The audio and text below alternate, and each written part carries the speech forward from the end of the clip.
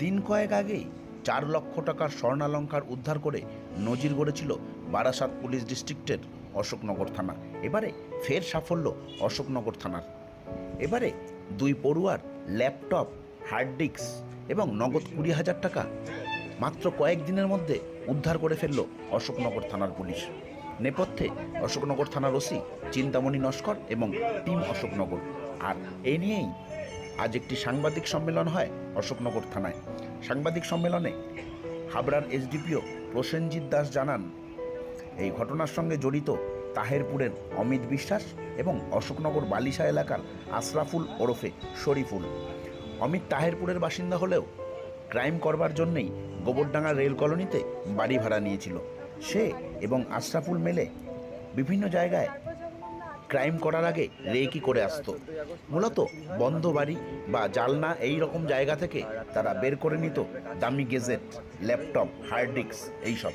এছাড়া নগদ টাকার দিকেও তাদের নজর ছিল। পুলিশ তদন্তে নেমে এদের দুজনকেই গ্রেপ্তার করেছে এবং উদ্ধার করা হয়েছে 20,000 টাকা এবং একটি এক্সট্রা ল্যাপটপ। এই ল্যাপটপের মালিক এখন কে তা পুলিশের কাছে স্পষ্ট নয়। আরও দুজনকে জেরা করে হয়তো তাদের ঠিকানা বা কার ল্যাপটপ জানা যাবে। এদিন অশোকনগর থানার এই সাংবাদিক সম্মেলনে অন্যান্যদের মধ্যে উপস্থিত ছিলেন পুলিশ আধিকারিক চিন্তামণি নস্কর, সিআই হাবড়া সহ বিভিন্ন অফিসারেরা। তবে বারবার যেভাবে সাফল্যের পরিচয় দিচ্ছে অশোকনগর থানার এই তৎপরতায় স্পষ্টতই মুগ্ধ যারা ফিরে পাচ্ছেন তাদের জিনিসপত্র। এদিনও দেখা গেল বড়বাবুর সামনে হাত জোর করে তাকে অভিনন্দন জানাতে।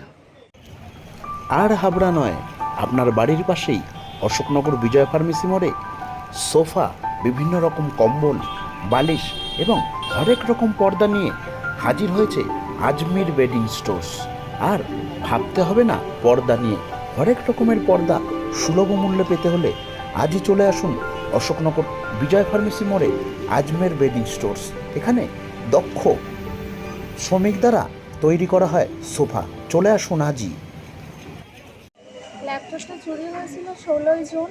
তখন আমরা বাড়িতে ছিলাম না, দীঘা গেছিলাম ঘুরতে। তো তারপর যখন আমরা 18ই জুন ফিরে আসি তখন দেখি যে খবর পেয়েই আমরা ফিরে এসেছিলাম যে বাড়িতে আমাদের চুরি হয়েছে। তো ল্যাপটপ চুরি হয়েছিল, কিছু ক্যাশ গিয়েছিল।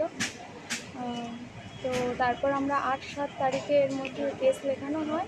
তারপরে এখন অশোকনগর থানা সেটা উদ্ধার করেছে। চুরি হয়। আমি সেদিনকে অর্থাৎ বৃহস্পতিবার রাত্রেবেলা আমার ল্যাপটপের কাজ ছেড়ে 2টো নাগাদ ঘর থেকে বেরোই এবং ঘুম পায় বলে অন্য ঘরে ঘুরতে চলে যাই।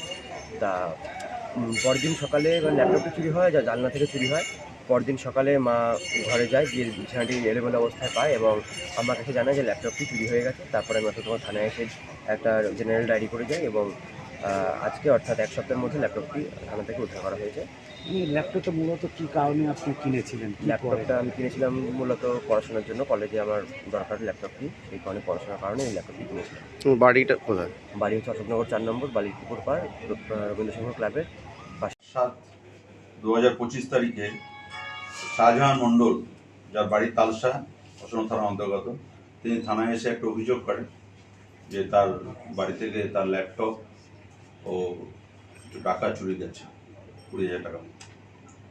সেইভাবে মামলা রুজু হয় অশোকনগর থানায় এবং পুলিশ তদন্তে নামে। 18/8/2025 তারিখে অর্ণব দে, যার বাড়ি হচ্ছে রবীন্দ্রসংঘ বালিপুকুর পাড়ে, তিনিও একটা অভিযোগ দায়ের করেন গত 18/8/2025 তারিখে তার বাড়ি থেকে একটা ল্যাপটপ চুরি গেছে। সঙ্গে সঙ্গে পুলিশ ধর্তব্য ঘটনা বলে কেস স্টার্ট করে ও তদন্তকারী অফিসার ওসি অশোকনগর চিন্তামণি নস্করের অর্ডার মতন তদন্তে নামে এবং পিসি বাটে তদন্তে নেমে আমরা 2টো আসামিকে ধরতে সক্ষম হয়েছি এবং তাদের থেকে জিজ্ঞাসাবাদ করে 2টো ল্যাপটপই উদ্ধার হয়েছে এবং 20,000 টাকা উদ্ধার হয়েছে এখনও। আর সাথে আরও একটা ল্যাপটপ এবং একটা ডিভিআরও আমরা উদ্ধার করতে সক্ষম হয়েছি, কিন্তু সেগুলোর এখনো মালিকানা প্রমাণ হয়নি, সেটা তদন্ত চলছে। আর যাদের গ্রেপ্তার করেছে এদের নাম হচ্ছে, একজনের নাম হচ্ছে অমিত বিশ্বাস, বাড়ি হচ্ছে বড়কুল্লা তাহেরপুর। আরেকজনের বাড়ি হচ্ছে আশরাফুল মণ্ডল ওরফে শরীফুল, এর বাড়ি হচ্ছে উত্তরপাড়া বালিশা, অশোকনগর থানা।